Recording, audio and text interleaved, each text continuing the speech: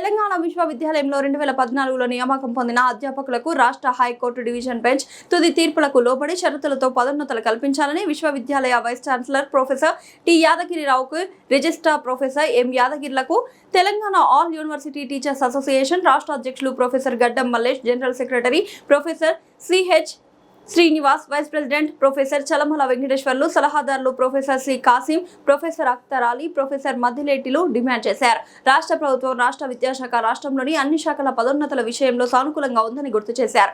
తెలంగాణ విశ్వవిద్యాలయంలో 12 సంవత్సరాల నుండి అధ్యాపకులందరూ తీవ్రమైన మానసిక ఒత్తిడితో ఉన్నారని, సుప్రీంకోర్టు జడ్జిమెంట్ ప్రకారం సహజ న్యాయం సూత్రాల ఆధారంగా ఇప్పటికైనా అధికారులు కాలయాపన చేయకుండా పదోన్నతులు పూర్తి చేయాలన్నారు. ప్రక్రియ ప్రారంభం కాని పక్షంలో ప్రజాస్వామ్యబద్ధంగా నిరసన తెలియజేసే హక్కు ప్రతి ఉద్యోగికి ఉందని ప్రతినిధులు తెలిపారు.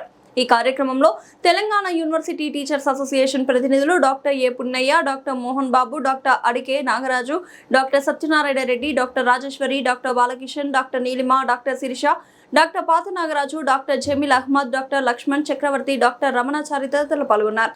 దానికి సంబంధించి మేము Telangana all university teachers association తరఫున టీం రావడం జరిగింది. ఆనరబుల్ వైస్ ఛాన్సలర్ గారిని కలవడం జరిగింది. వారు కూడా చాలా సానుకూలంగా స్పందించారు.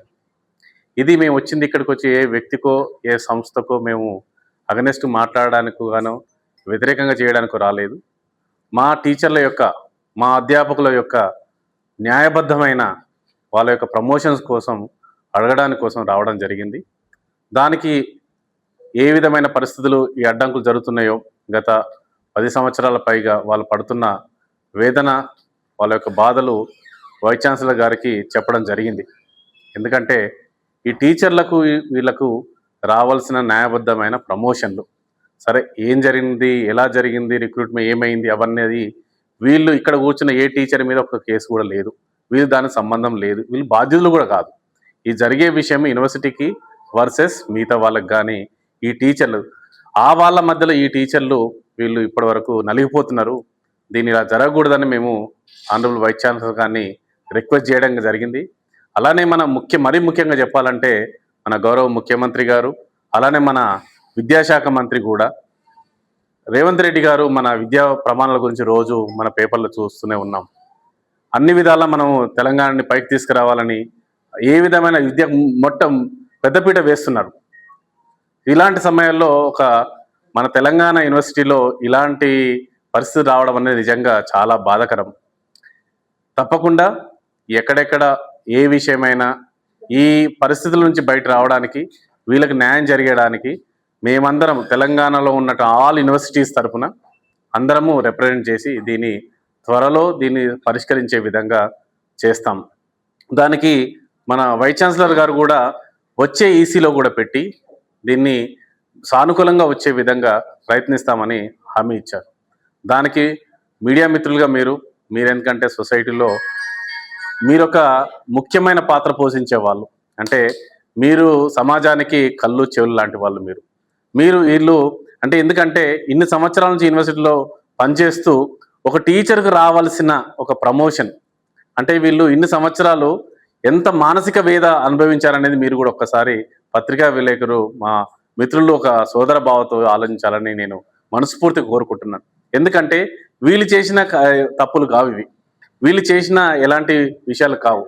సో వీళ్ళను ఈ ప్రమోషన్లకు అవ్వకుండా చేయడానికి చేస్తున్న శక్తులు కూడా వాళ్ళని మీరు కావాల్సిన విధంగా తిప్పికొట్టాలని మేము మనస్ఫూర్తిగా నేను నా Telangana university all university teachers తరఫున మీ అందరికీ నేను ప్రాధేయపడుతున్నాను. ఎందుకంటే వీళ్ళకు టీచర్ కావాల్సిన ఒక ప్రొఫెసర్, అంటే ఒక 2012లో అంటే 14లో జాయిన్ అయిన ప్రొఫెసర్లు ఇంకా అసిస్టెంట్ ప్రొఫెసర్ అని చెప్పుకుంటే అది ఎంత బాధగా ఉంటుంది అనేది ఒక మానసికమైన వేదన కూడా అదొకటి. వీళ్ళు ఇన్ని సంవత్సరాలు వీళ్ళని బయట ఉన్నారంటే అది కూడా కాదు.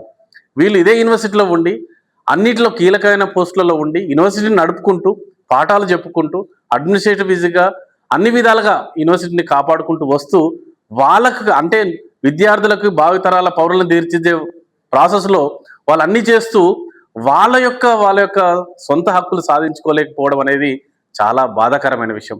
అందుకోసమనే మేము అందరం ఇక్కడ రావడం జరిగింది. తప్పకుండా ఈ శ్రీమతి రేవంత్ రెడ్డి గారి దృష్టి కానీ, అలానే Yogita Rana madam principal secretary గారికి, అలానే ఈ ఎగ్జిక్యూటివ్ కౌన్సిల్ మెంబర్ అందరికి కూడా మేము వాళ్ళ దృష్టికి తీసుకెళ్ళి ఈ సమస్యను అతి త్వరలో దీన్ని ముగింపు చేయాలని, వీళ్ళకి ప్రమోషన్స్ ఇప్పియాలని వాళ్ళని మేము తప్పకుండా కోరడం జరుగుతుంది. దానికి నేను ప్రత్యేకంగా మీడియా మిత్రులకు మీకు చెప్తున్నాను.